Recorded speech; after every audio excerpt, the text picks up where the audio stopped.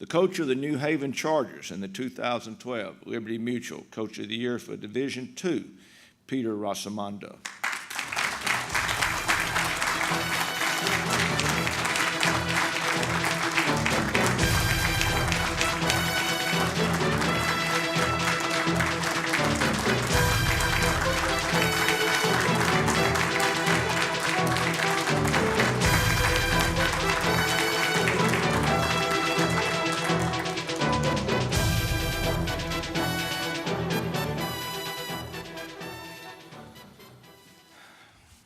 Sorry, I can't do it like Glenn. I got to take out some talking points here. So, and I got to hold this trophy, which is heavy.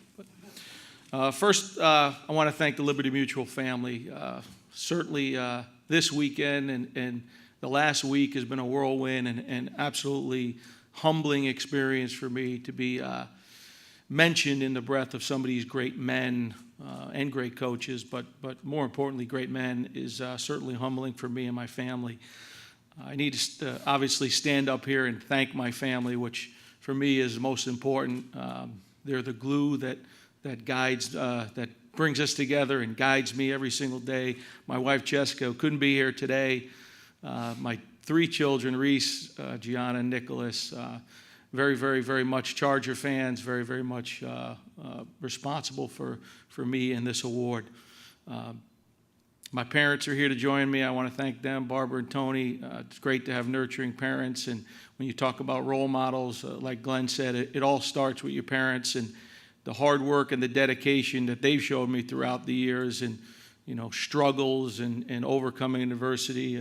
Certainly learned a lot from them. And I'm fortunate enough today to have the guy that I would consider a mentor for me throughout my life is my high school football coach down here, Joe George. And Joe has taught me the meaning of the word family when it comes to football. And he always put the human being before the football player, regardless of how good or not so good a player you were. He always cared about the human being and you becoming a better person. And I think that has certainly resonated with me, Coach, throughout my career and into family life, as I've seen you be a tremendous father and tremendous husband.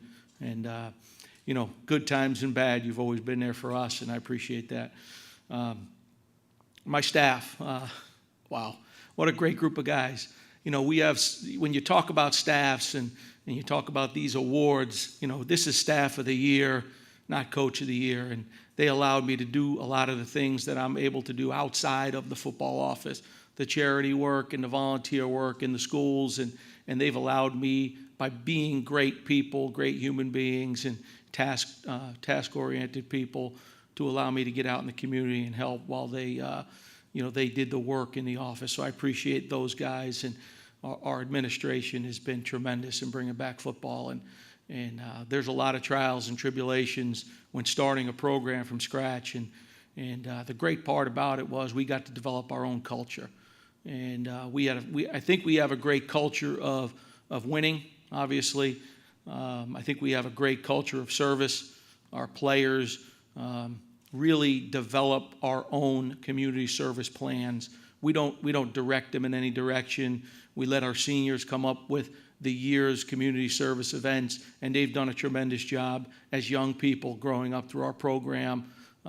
5 years ago, we had 65 freshmen was all we had on our football program, and they've grown into tremendous young men, and it's going to be great to see them cross the stage this spring and graduate. And I thank them for allowing me to be in this position to accept this award. The award is special because of football and everything that we do is important, as Glenn said, to us. Wins are important because it's a byproduct of what we do, not necessarily the means to an end, but it's a byproduct of what we do.